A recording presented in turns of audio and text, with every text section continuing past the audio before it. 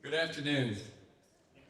I'm Ted Kay, Treasurer of City Club of Portland, and it's my pleasure to welcome you to today's program featuring Oregon Attorney General Ellen Rosenblum.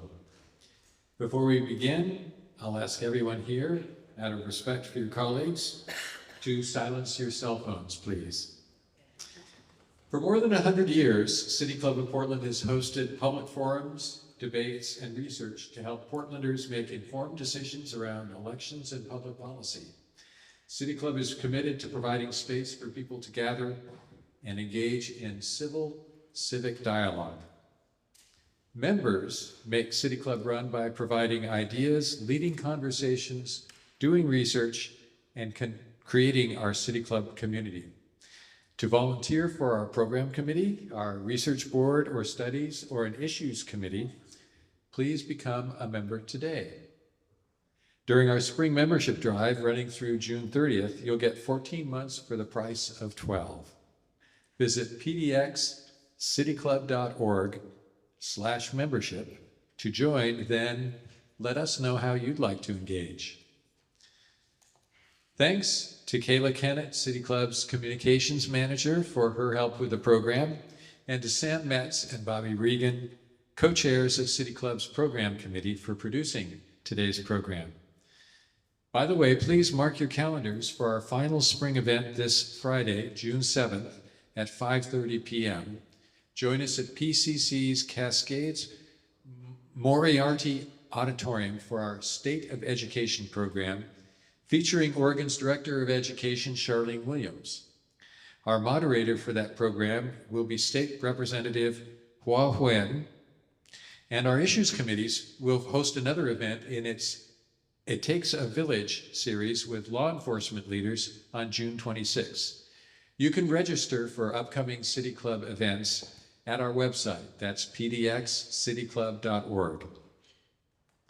In today's program, Oregon Attorney General Ellen Rosenblum will offer some reflections on her career encompassing 42 years as a public servant in Oregon, the last 12 as our Attorney General. Ellen prefers not to use the word retire, but she announced last fall that she would not be running for a fourth term as Attorney General. Her comments will be followed by a conversation with today's moderator, Kerry Tymchuk. Kerry is Executive Director of the Oregon Historical Society, next door. Founded in 1998, OHS includes a world-class museum and research library and is the designated steward of Oregon history. And I'm a proud former OHS employee. Kerry was named the most admired nonprofit executive in Portland by the Portland Business Journal and is a past recipient of the prestigious Oregon Statesman of the Year Award from Oregon Business and Industry. A graduate of Willamette University College of Law, Kerry has served as Marion County Deputy District Attorney, Director of Speechwriting to U.S. Secretary of Labor Elizabeth Dole, Director of Speechwriting and Legal Counsel to U.S. Senator Bob Dole, and Oregon Chief of Staff to U.S. Senator Gordon Smith. But perhaps his most impressive achievement is becoming a four-time champion of the popular television game show Jeopardy! So it's my great honor to share some background now on our featured speaker, Oregon Attorney General Ellen Rosenblum. Ellen is a former federal prosecutor and state and trial appellate judge. She was first elected to Oregon as Oregon's 17th Attorney General in 2012 and re-elected in 2016 and 2020. She is the first woman to serve as Oregon Attorney General. Applause, please. As Oregon's chief legal officer, her top priority is providing sound legal advice to state government. As the people's attorney, she emphasizes consumer protection and civil rights, advocating for and protecting Oregon's most vulnerable youth, older adults, immigrants, and refugees, as well as those targeted by hate and bias. She works closely with district attorneys and local law enforcement in prosecuting elder abuse and complex crimes, and has made crimes against children, as well as consumer privacy, high priorities. Over the course of her nearly 12 years in office, Ellen has secured billions of dollars in consumer and environmental settlements and restitution for the state and for Oregonians. Ellen has been active in local and national organizations of lawyers, judges, and attorneys general. She is the current president of the National Association of Attorneys General and a past chair of the Conference of Western Attorneys General. Most notably, Ellen is a double duck. Both her undergraduate and law degrees are from the University of Oregon. Please join me in welcoming Oregon Attorney General Ellen Rosenblum.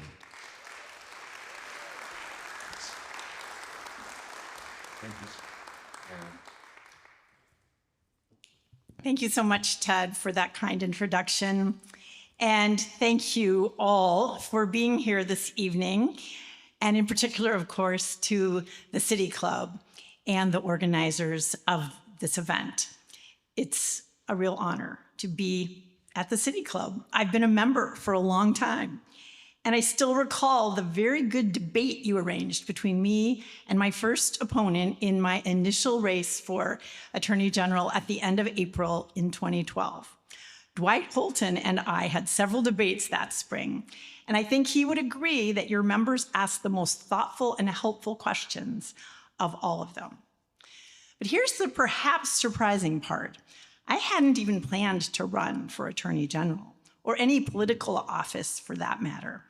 After my first few years in private practice right out of law school in Eugene, I moved to Portland to work in the United States Attorney's Office as a federal prosecutor. I then became a judge, first on the Multnomah County trial bench, and after that on the Oregon Court of Appeals. And even though judges in Oregon are elected, state court judges that is, they are nonpartisan and generally do not involve themselves in political activities. Well, I loved my career as a judge. My favorite part was greeting the jurors in the jury room and walking them through a day in the life of a juror before they were called to the courtroom. And I coined the term judicial outreach, something judges didn't do much of in those days. And in that vein, I started several programs that I'm particularly proud of and that continue to this day. One is called Tell It to the Judge, not quite Judge Judy, but we would take our robes to the mall and set up tables where anyone walking by could ask us anything they wanted. And boy, did we get an earful. Another was called Courthouse Connections, a way for lawyers to meet up with judges in all the different courthouses around town and get to know one another. I also started a legislators' open house where each year judges' courtrooms would be open for the day so that our local elected representatives could come to see what we really do in court. And that surely opened some eyes, and I dare say I think it helped us with requested salary increases the next time they came up. And maybe the best of all, I helped start a Girl Scout program called Girl Scouts Beyond Bars, Troop 60, for girls and their moms or aunts or grandmas who are serving time. The Scouts and their moms do projects and get badges, all the things you'd hope that they'd get to do together, but are not otherwise able to under their life circumstances. The program is now in about its 30th year and still going strong at Coffee Creek Women's Correctional Facility. Yay.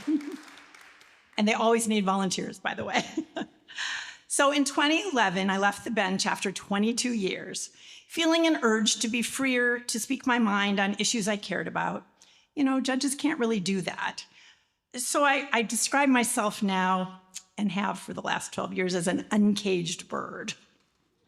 Little did I know, though, that 5 months later, after leaving the bench, while on my first real vacation in years, I'd get a message that the then Oregon AG had done a 180 and would not be running for a second term after all.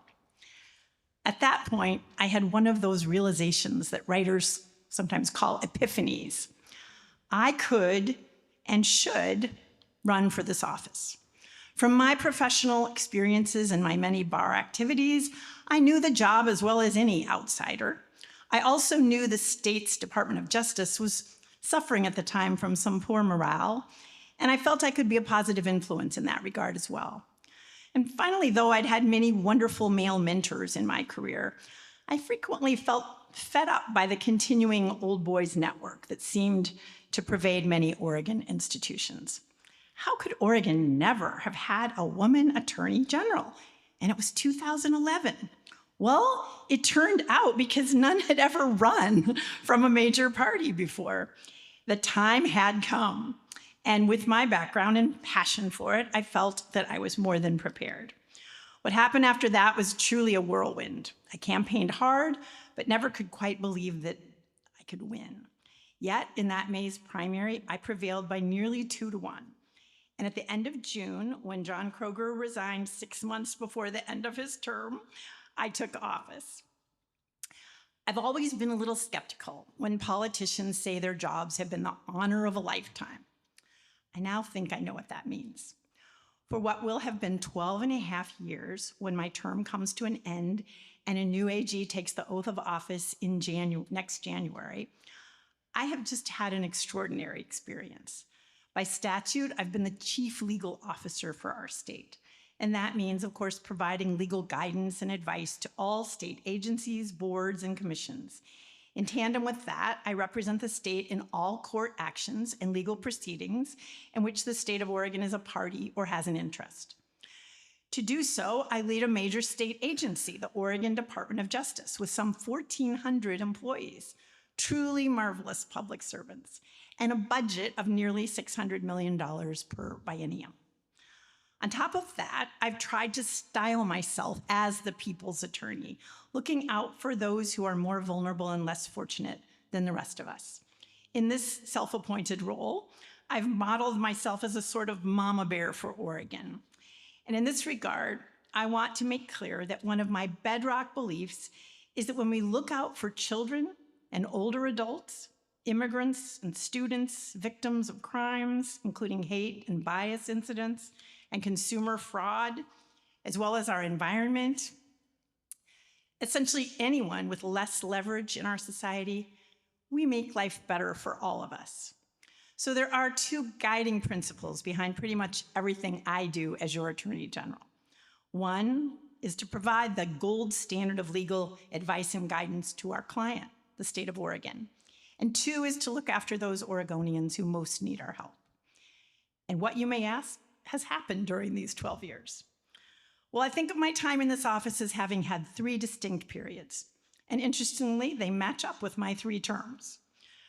Remember that in my first term, from 2012 to 2016, Oregon was still suffering the effects of the Great Recession. That meant lots of work to do helping Oregonians with questionable real estate foreclosures. There were all manner of legal issues facing us. We started convenings and task forces on issues like police profiling and public records reform. And these led to very successful legislative reforms in both areas. And we had plenty of pressing consumer and environmental work to attend to during those years. But the most challenging legal issue of the day was marriage equality. And I'm very proud that my office led the charge to make Oregon one of the first states to obtain it through our own Oregon federal court before the Obergefell case in the United States Supreme Court. You all remember that.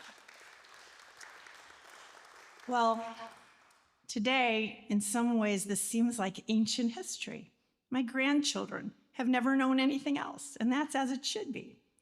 Yet, there is an eerily ominous cloud overhead in light of issues like abortion and contraception. We can't take anything, even this basic right, for granted. Well, I don't have to tell you what happened in my second term. The same night I was reelected, Donald Trump beat Hillary Clinton. I ripped up my acceptance speech congratulating the first woman president-elect and barely took a breath before the first executive orders started coming down. We state AGs were on the front lines, opposing hundreds of federal environmental rollbacks, protecting our 11,000 DACAs, fighting the travel ban, opposing the Title X gag rule, a case in which I led 21 other states to an early victory in federal court here in Oregon. And then, as you'll recall, in the summer of 2020, how could we forget?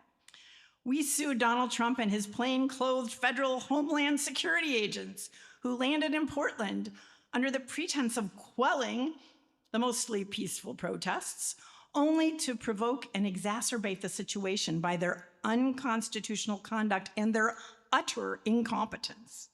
It was a crazy time.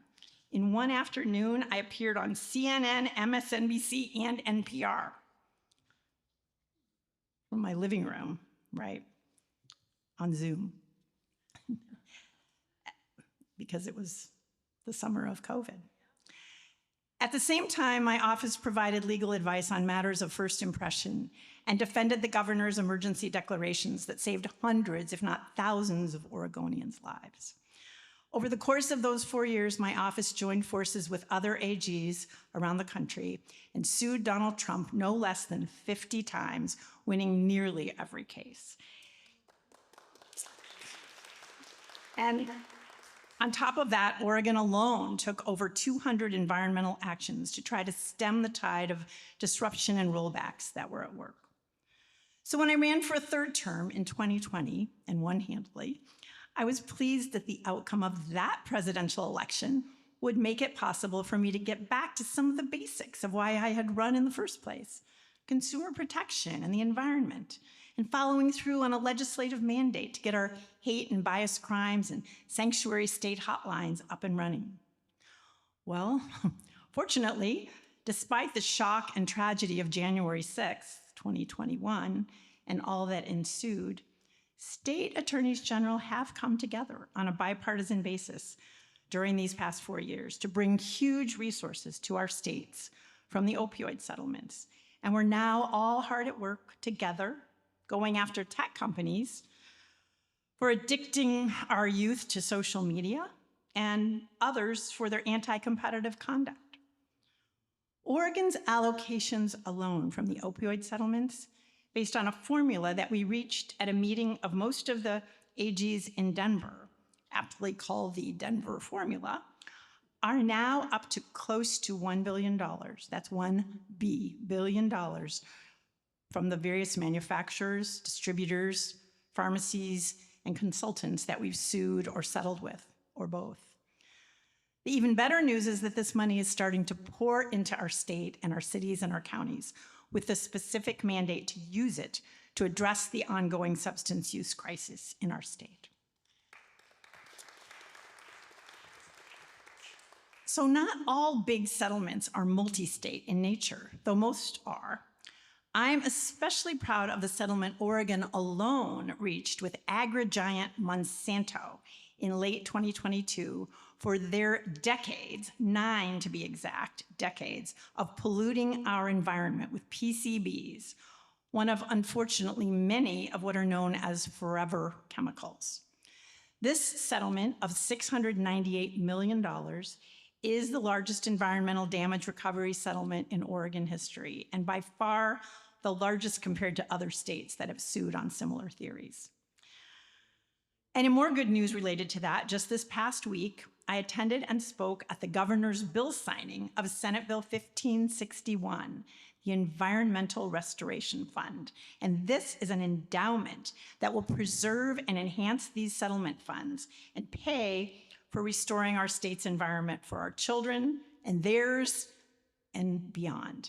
This endowment will produce truly generational change for the good and welfare of our state. Before I conclude, I want to mention a few policy areas that I've gotten to play a leading role in. I already mentioned police profiling, public records reform, hate and bias crimes and the hotlines related to them. In addition, we've had successes with updating our labor trafficking laws, eliminating ghost guns. Fourth time was a charm on that one. Student debt, getting a statewide ombudsperson to address loan servicer complaints and requiring loan servicers to be licensed in Oregon.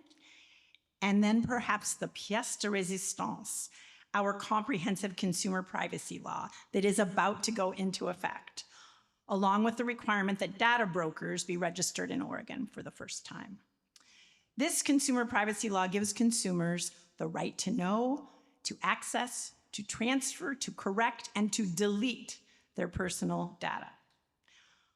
So all of these are bills that I was able to champion, and I cannot thank the Oregon legislature enough for stepping up to sponsor and passing each and every one of these.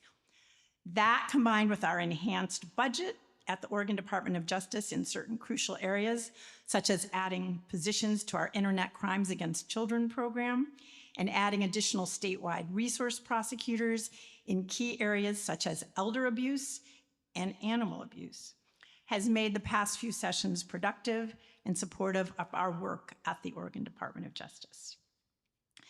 I would be remiss if I did not mention the important role we continue to play in access to health care. Abortion is health care. And when the Texas Attorney General tried to eliminate the safe and effective gold standard abortion medication, mifepristone, from the market, I joined the state of Washington, and we led 18 states in obtaining an injunction that still stands to this day, preserving this medication for now. For now. Right. The United States Supreme Court likely will be deciding the future of this abortion medication this month.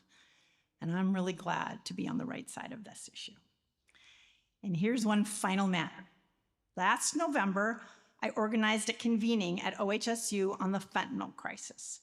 This brought together, for the first time, law enforcement and public health officials, all working so hard to solve this epidemic, but not until that gathering, meeting each other and talking and listening to each other.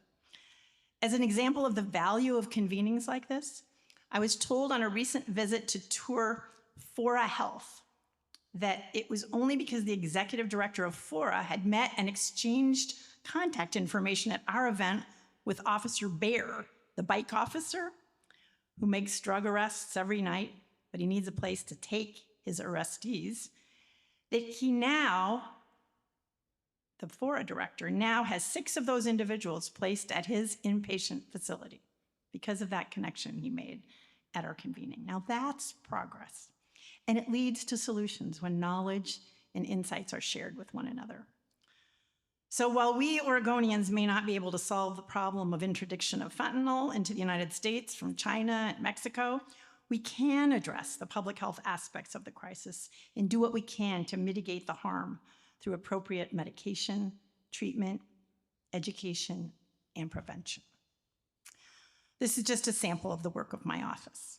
Having been at it for 12 years and having been fully engaged on both the local and national levels, I could probably keep talking about our work until the sun comes up tomorrow morning.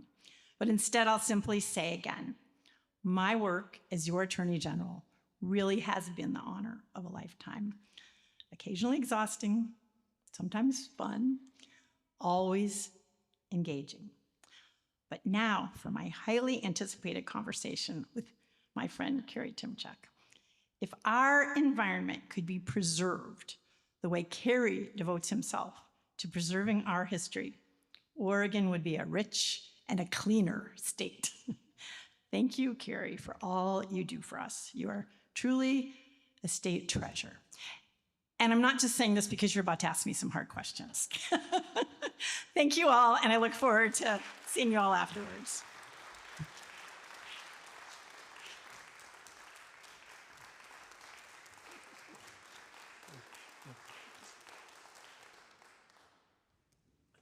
Ellen, I'm reminded of the words of Teddy Roosevelt, who once said that far and away, the best prize life has to offer is the chance to work hard at work worth doing.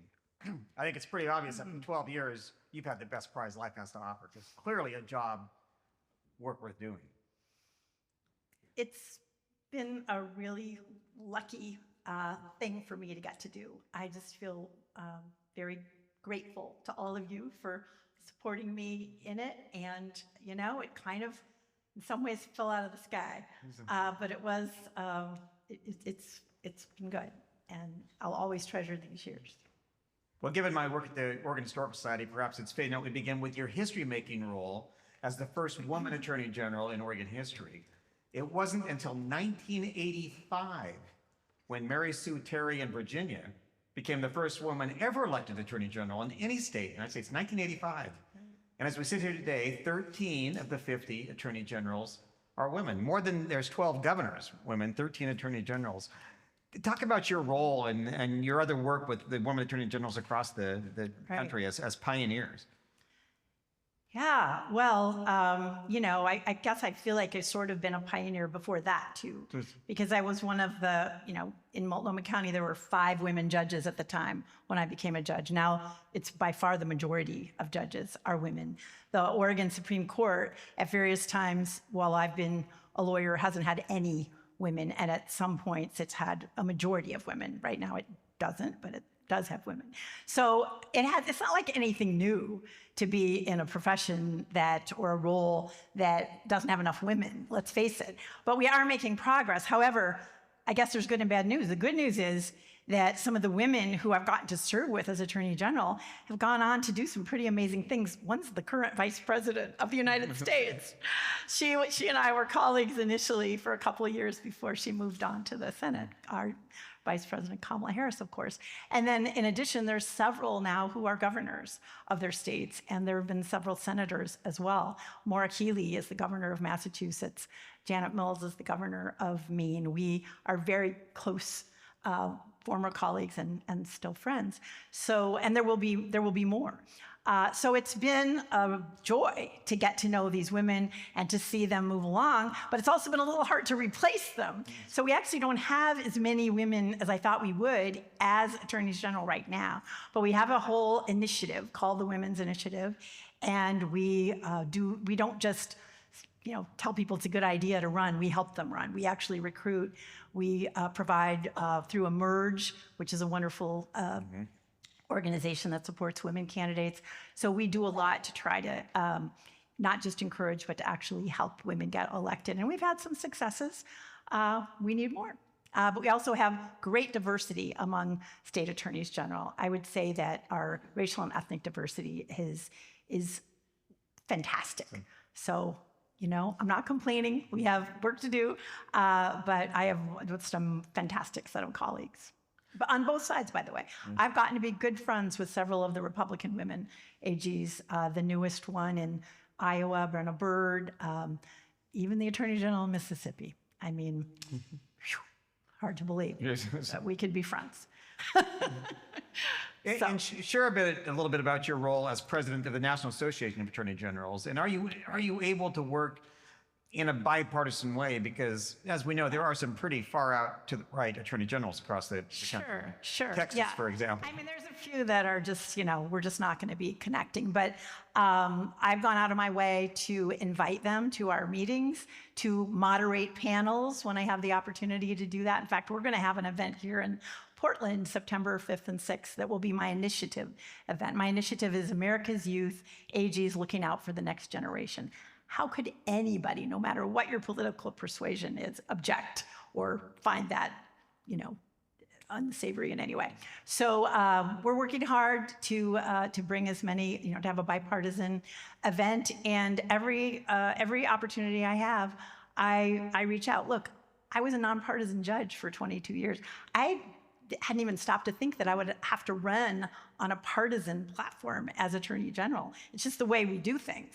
And it's not a bad way. I'm not objecting to it. But, I kind of had to dust off my party affiliation, because while you're a judge in Oregon, you at that time anyway, we weren't even allowed to say what it was. So look, yeah, some of those AGs are far out there, and I'm not going to be focused on them. But there are others that we do work together. And like I said, we work together on the opioid settlements. We're working very closely together now on a number of antitrust matters. Antitrust, the tech companies, those are all issues that we can all wrap our arms around and go after where it's appropriate. And we're doing it, and we're going to be successful. Put on your prognosticator. Give us the name of one attorney general you work with now that we're going to know more about later. It may end up being a senator, a governor, a vice president, a president. Oh my gosh. Whew. Just between us. That's a great question. Well, I'll just close to home on the West Coast. We have, fabulous AGs. First of all, Bob Ferguson, although I'm very competitive with him. Okay. He's running for governor. He'll be the next governor for sure of the state of Washington. Rob Bonta is the Attorney General in California, and he's still fairly new. I think he'll probably run for another term, but keep a lookout for Rob, because California has this history, right? Kamala Harris, of course, is now the vice president. Javier Becerra is the head of HHS, national, part of the cabinet. He was the previous attorney general. Keith Ellison is the attorney general of Minnesota. He's a household name. He came out here recently to speak, and keep an eye on all of these people. Aaron Ford in Nevada, I'm sure he'll be the next, very likely the next governor of Nevada. So just pretty much, they used to say, and maybe it's still kind of true, maybe it's more true than ever, that, well, I don't call it NAG, okay? It's the National Association of Attorneys General. I call it NAAG. Just like we call it AARP, nobody says ARP, right? I don't say NAG. But a lot of people joke that it's the National Association of Aspiring Governors. And I used to think that was kind of silly. But truthfully, now that I see as many moving up, I would not be surprised if probably, a good 10 or 15 current attorneys general become the next governors of their states. And that's because, first of all, we have quite a platform. We can blow it, but if we do well, we get, earned media, name familiarity, and opportunities to demonstrate why we, should be elected to other, maybe call them higher offices. I don't necessarily call them higher offices. I think Attorney General is the best job ever. You also had the chance to work briefly, and you and I were both at an event recently with the First Lady, with Jill Biden, and you mentioned her that you had the chance to work with her son, Beau. So. Yes, sadly, her son, Beau, their son, passed away of a brain tumor shortly after I became Attorney General. So I didn't actually get to work closely with him, but definitely some of my colleagues did, and he was just a wonderful AG of Delaware and a fine, fine person. You mentioned in your remarks, and it was a good overview of what the AG does, because I think if you ask most Oregonians what the Attorney General does, and they think you're the anti-crime crusader, that the Attorney Generals are going to keep us from crime, when actually you're head of the largest law firm in Oregon, essentially, although you deal with all 36 of the district attorneys in the state. Yes. Talk about a little bit about the image of AG as a crime fighter. Right. Well, I decided that I wasn't going to take on that mantra of the top cop, which is what many attorneys general do, whether or not that is what, in fact, they are, authorized to do in their states. I just personally like the people's attorney, the mama bear approach. I, don't run from it, however, because I am a former prosecutor. Whereas some AGs, when they run, the candidates run, they don't have that background, so they are kind of trying to, push that off a little bit. But the truth of the matter is that we do have a criminal division, and it's small, but it's mighty. When there's an opening due to a vacancy or resignation or whatever for a district attorney position anywhere in Oregon, we serve as the DA pending the appointment of that individual. So last year we were the attorney general, we were the district attorney of Klamath County for over a year, because it took that long to actually get a new DA. At the same time, we were the district attorney up in Columbia County. So I've kind of joked every once in a while when my staff says, we're just, so understaffed, how can we do this? I've offered to go be the district attorney in one of these counties. I think it would be great fun. I've been a prosecutor, I could do that. But we also have something like 8 statewide resource prosecutors. I mentioned a couple of them. We have an elder abuse resource prosecutor. We have DUI, domestic violence, animal abuse. We have several others. And what they do is they do trainings all over the state. They train prosecutors and investigators, and they also assist in complex cases in particular.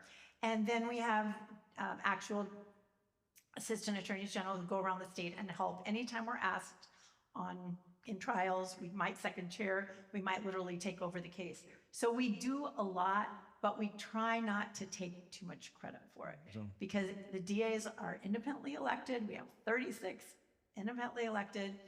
They don't want us coming in and getting the headlines. So we don't do that. And so you may not even know that our office is involved, and that's just fine with me.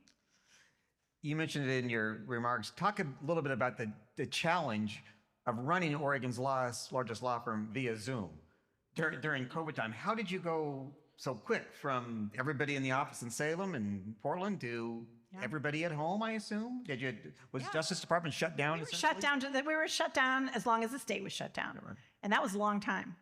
So what we did was we just pivoted to having staff meetings every day, every morning for an hour. We'd all get on the phone, sometimes by Zoom, sometimes just on the phone, because frankly, we didn't necessarily have time to look good. We just wanted to get the work done. And as you will recall, I mean, this was, when I said cases of first impression, we frankly, were making it up as we went in terms of, addressing the various executive orders from our governor. We wanted to make sure that they were upheld.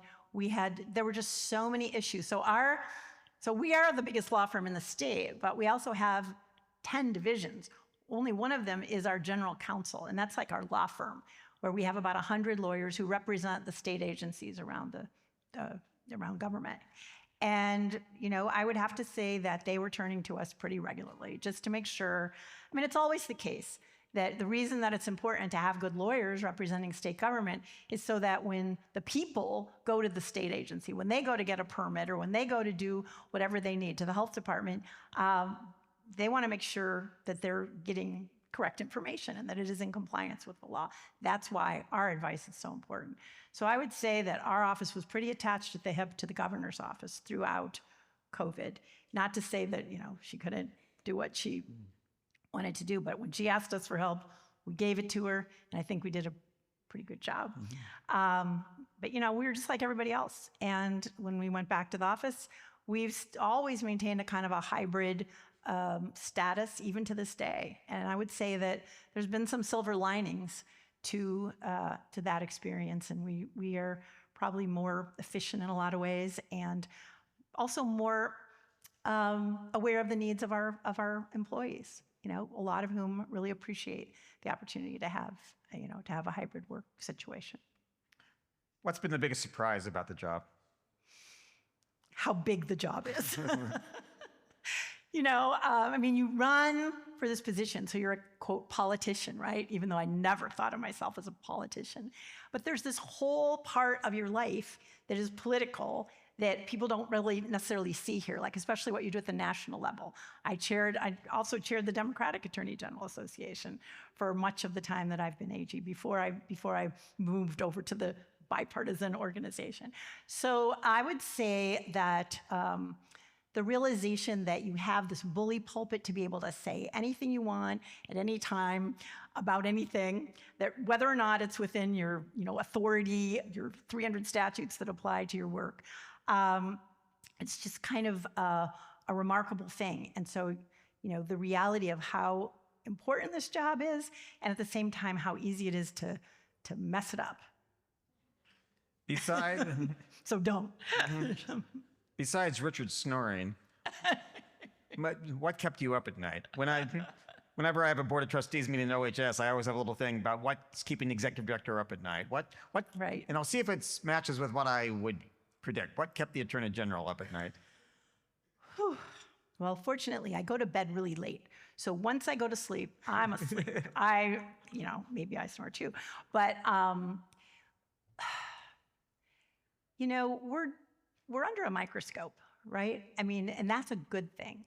I think that, the importance of transparency and all that is very, it means something. But the reality is that you never know when you wake up in the morning what's going to be in the headlines. And so I think the really important thing is that you be on top of the work, that you really know what's going on, and that you tell your people you want them to give you both the good news and the bad news.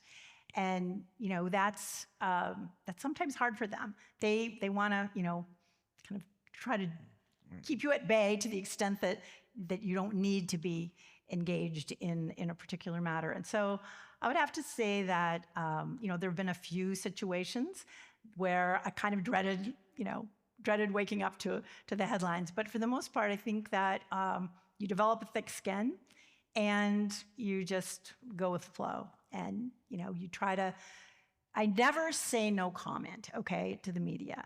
Why? Because there's always something to say that's at least a little bit helpful? Maybe it's to explain why you can't talk, why you can't explain what's going on.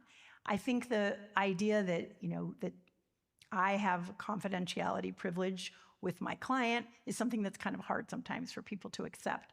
But it's really important to be able to be, both transparent with the public, but also frank with your client, and to be clear on, when it's appropriate to share and when it's not. I would have thought it predicted it in my mind, thinking, because it's someone else's department, but the foster children issue, because you're one awful story away from, a foster child being put in the wrong place. And that's got to be tough to... That's horrible. But there's so many things that I'm not going to say that that's necessarily any lower than anything else. But look, I worry about, our seniors who are getting ripped off every day. Elder abuse is not just financial abuse. It's financial, it's physical, it's sexual abuse. I worry about, I was just, last week at an all-day event put on by the SATF, which is the Sexual Assault Task Force. And there aren't enough workers in our state. There's not enough people, even if we had all the money in the world to be able to provide for kids who are in harm's way. Now, those kids are the ones who are going to end up, some of them, in foster care for sure. But if we had the resource, not just the resources, but if we had the workforce and the people that willing to do some of these jobs that are so critical in taking care of our most vulnerable, then I don't think we'd be losing as much sleep. We'd be getting it done. Now, it's likely, very likely that you're going to be replaced by Dan Rayfield. I mean, given how Oregon votes, who's a former Speaker of the House, of course.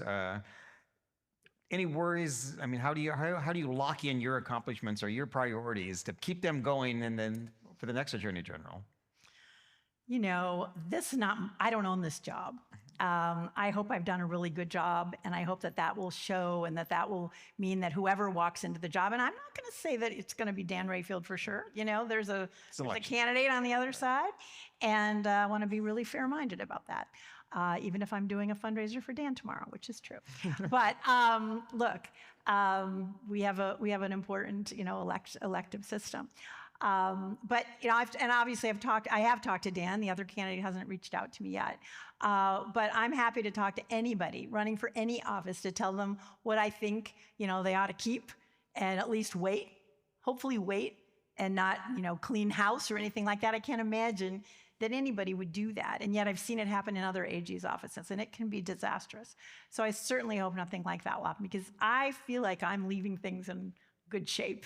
I'm going to be working for the next 6 months to ensure that succession planning is done in a way that is helpful to my successor. But they've got to make it their own, just like I did, and I'm going to do what I can to be supportive.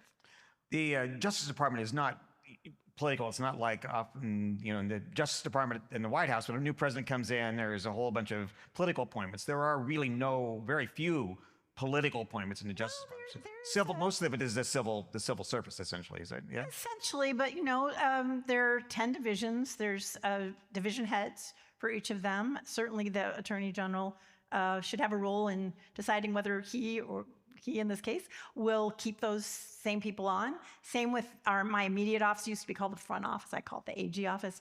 I have about 10 people that I personally hired, and they all know that they may not be kept on. And actually, Dan's been really kind about reaching out. He doesn't want to walk into an empty office like I did. So, I think I think the Attorney General's office is going to be in very good hands and in very good shape, no matter what happens come November. And by no matter what happens, I think we know, if the election were held today, the former president might be the president again, hard as that is to believe for us. And you talked about that being one of the big challenges of your term.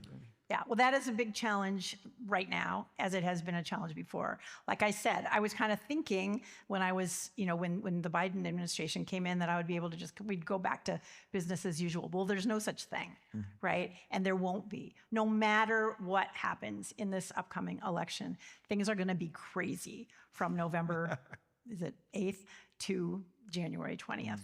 And I will be still in office until January 2nd, I suppose. So I will tell you this, we are very busy planning at the national level, at the Democratic Attorney General level, I have to say, for the various eventualities. But the reality is, even though it may be the Democrats that are planning that, all of our offices are going to have to be engaged, because election protection is not partisan. Election protection should not be partisan. And that is an issue that we all have to be terribly concerned about right now. So I am, working hard. We partner with the Secretary of State's office. We have a role, obviously, if there's election fraud, which there's very little of in our state, but nevertheless, we are making sure, we want to ensure that things go as well as they can. But yeah, stay tuned, because it's not going to be good either way it comes out this fall, and we got to be ready. We can't be like what happened before. We were not ready, guys. On January 17th of 2021, of January 17th of 2017, we were not ready, and we need to be ready this time. The City Club invited folks to send in questions via the internet, Great. a few of those. So one you touched on, but any suggestions for your successor on stemming the tide of elder financial abuse, fraud, and exploitation? Well, we are, as I said, we added an entire unit, an elder abuse criminal unit. But before that, and continuing, we have a very active role in mostly prevention and education for our seniors, our older Oregonians. And there's some amazing women right here in this room who do this work, and we partner with AARP, we partner with the FTC, the Federal Trade Commission, we partner with the DCBS, Department of Consumer and Business Affairs right here in our state, to make sure that older Oregonians understand as best they can, and there's obviously different levels of understanding that can occur as a person ages, but we want people to understand how to avoid getting scammed, how to avoid getting defrauded, and we are at that 24/7. I have I tell my full-time consumer outreach director, her name's Ellen also, Ellen Clem, I tell her she's at the office, she's not doing her job.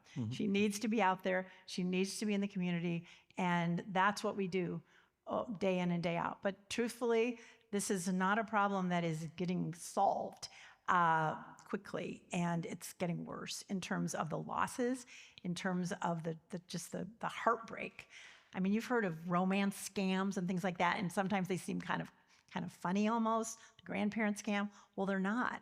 They're horrifying, and people do lose their entire nest egg sometimes over these scams. I almost got scammed.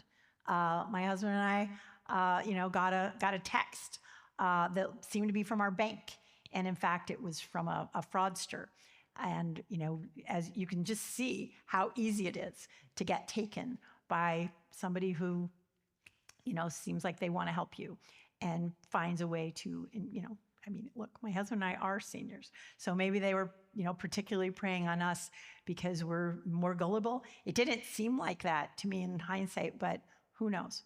So look, that's a really good, important question. And I hope that my successor will not only keep our unit, but will expand upon it. And again, we can go after the bad guys, but it's really hard to do that. Very often they're offshore. They are very clever. They've got it figured out. And so we need to prevent and educate so that these instances won't happen. A question about human trafficking. Are we doing enough? What needs to be done in the next session? Right. Well, as I mentioned, we had a labor trafficking task force, and we have updated our labor trafficking laws.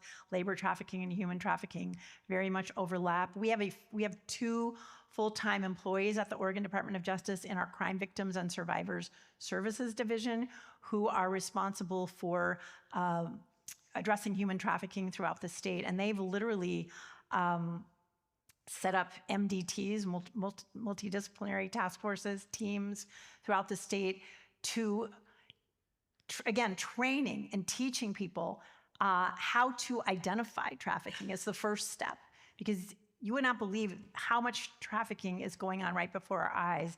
Even judges, in my case, when I was a judge, I do not think that I realized some of the cases that I handled involved trafficking, because it was just not something that we were aware of, that we had had the training to recognize. So you have to be able to recognize it. You have to have a whole team approach.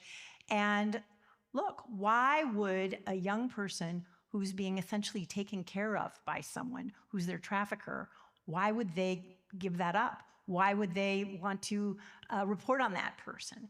You could just, feel all the things that they don't make sense to us, but they make total sense to a young person who doesn't have a home to go to. I mean, we're talking about runaways sometimes. We're talking about people who, who have been abused in their own environments, and where they're, trying to get out of that cycle of violence, but they're just ending up right back in the middle. So we are doing a lot. I don't think it's so much a matter of having more statutes. I think it's more a matter of getting out there and making sure that people are aware this is going on and of how it can be prevented. And then once it happens, to find ways to intervene in a trauma-informed way so that people don't run away from the assistance when it's offered. You've worked with 3 governors over the course of your 12 years, Governor Kitzhaber, Governor Brown, Governor Kotek. Without sharing any, stories, similarities, what's it like giving advice to all the governors? So, Whew. Yeah, I have, haven't I? We don't give advice to anybody who doesn't ask us for it. So if the governor asks for advice, then we are more than happy to give it. And I would say that anytime I've given advice to any of these 3 governors, I think they've, as a general matter, taken it. But that's a somewhat of a loaded question, because, there have been some complications there. My office deals every day with the governor's office, with the legal counsel to the governor. So I'm sure that today they've already been in touch with Richard Lane, who is a fabulous lawyer and who is, on top of not only judicial appointments and the kinds of things we think of, but pretty much any, high-level legal issue. So we have a very close relationship ongoing with the offices of the governor. And yeah, it's been great. It's been great. And I feel lucky, because I have colleagues who are the Democratic Attorney General in a state with a Republican governor.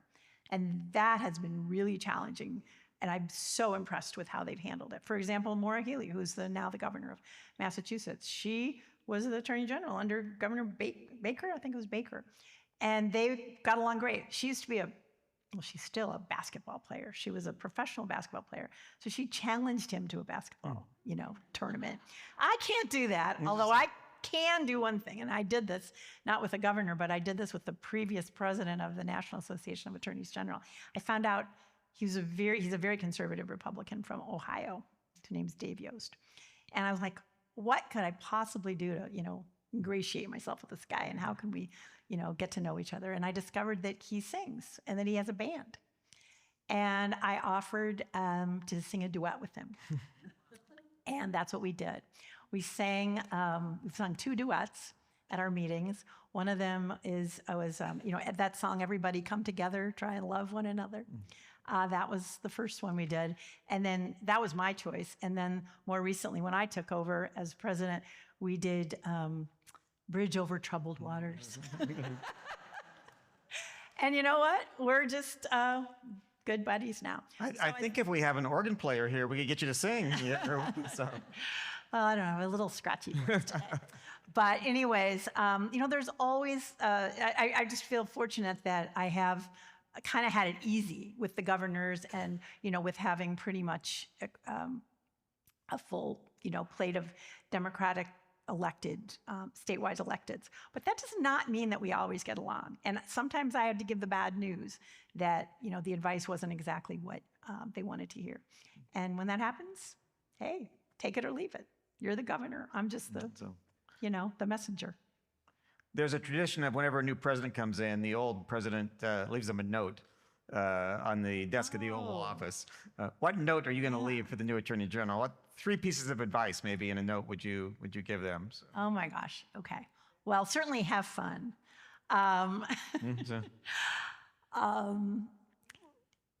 Take care of your people. You're going to hire really good people to be the managers of your office. You got to do that. But don't just give that to somebody else. Make sure that you attend the management meetings. Maybe not every week, but what I do is I attend every other week for about 20 minutes.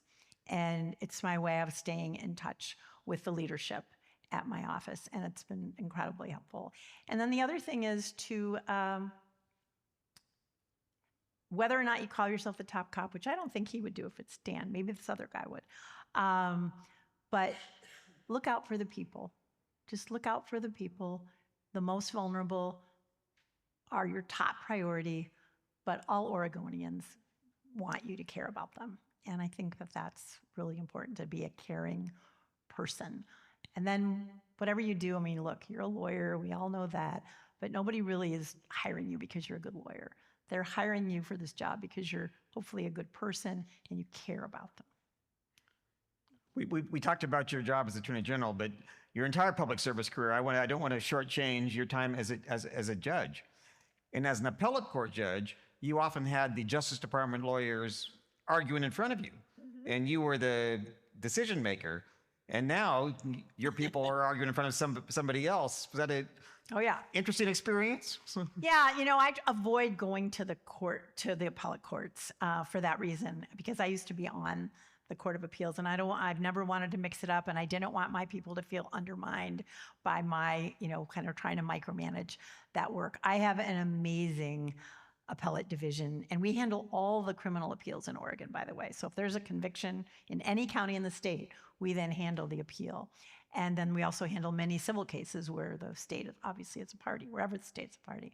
But my Solicitor General is a guy by the name of Ben Gutman.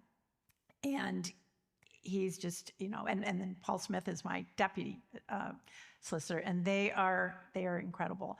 So I don't have to worry really about that work. Now, do I get involved? Do they ask my opinion for my, sign off? Yes, of course. But I try to be measured and try to, make sure that I'm not being overbearing, because frankly, I left the bench, right? And I did it because I wanted to change. I wanted to go back to being a lawyer, being an advocate. And so I think it's been helpful. I think it's been good because I know all the judges. I used to actually teach the ethics to judges for those 22 years I was on the bench. I don't know as many of them anymore because there's so many new judges. In fact, it's amazing. They're very young judges. I guess I was one of those at one time. But I'm like, whoa.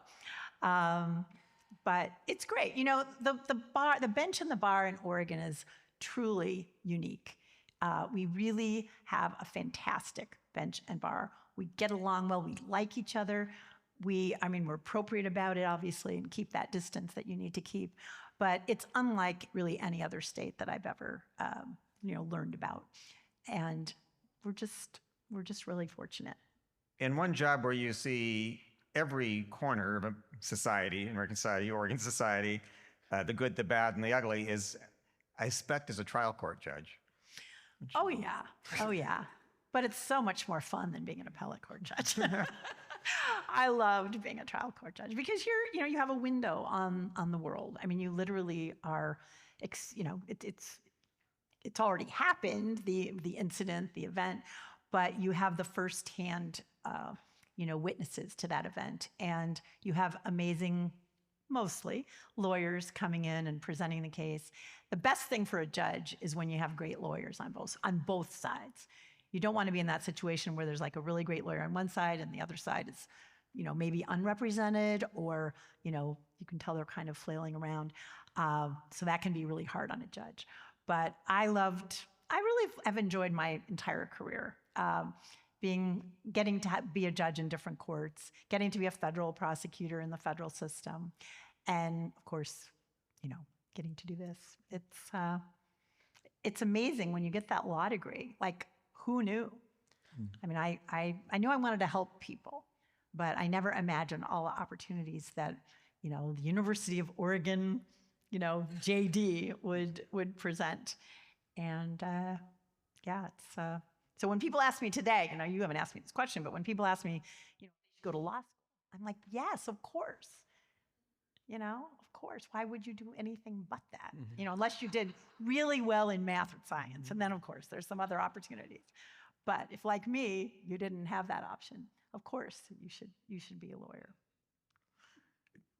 Personal note, I recruited Ellen this year to be the commencement speaker at my alma mater, Willamette University, and she rocked it. She had him in the palm of her hands for her entire speech. We haven't talked much about it. What was it like to have all those graduates and the family members just staring at you for 10 minutes, and maybe share a little bit about the message you shared with them? So, oh my gosh. Future generation. So I just loved that because they had so much energy and enthusiasm about being together as a class and graduating because they had not gotten to graduate in person from high school. They are the class, the COVID class. And so they were just absolutely thrilled to be there. And they kept clapping for me. And I don't even know what they were clapping about, but they just, like I said, just had this amazing enthusiasm. I don't even remember what I said. I mean, it wasn't that great, but they seemed to like it. And thank you for inviting me to do that. Because my office is in Salem, my main office is in Salem, I love the Willamette campus, even though I hadn't gone to school there. So I felt this connection. I love the cafeteria. I love the cookies at the bistro. I told them about my connection to the school and just kind of gave them some advice, very basic advice, I think, about, being a good listener. What else did I say? You might remember better than I do. I don't know. It was just a lot of fun, and it was a really neat opportunity. And he even drove me down and back. I mean, that's Kerry for you. And thank you for serving on that board of trustees and inviting me. Well, what haven't I asked you yet? Oh, you probably haven't asked me what I'm going to do next. What are you going to do next? But I'm not going to answer because I honestly don't know. I just love the idea that I don't know, and that there hopefully will be some other opportunities to serve in ways, although maybe more likely in the private sector. I may be done with public service as I've known it, because I've done just about everything. There's not a whole lot left, right? I mean, I guess I could imagine a few things. But no, that would be one thing. I don't know. Is there anything else, you guys? What else did he forget to ask me? This was pretty easy. So if you want to ask me something really hard, here's your chance. Well, you mentioned the cafeteria, and I think it's time for dinner. Oh, there we go. For a lot of people. So I want to thank you, Ellen, for your leadership and this thoughtful conversation. Thanks, of course, to the City Club of Portland for hosting us. And thanks to each of you for spending part of your evening with us. In a few days, you can view a recording of this forum and others at the City Club website. Round of applause for our Attorney General, Ellen Rosenblum. Thank you so much. Thank you, Kerry. Round of applause for Kerry.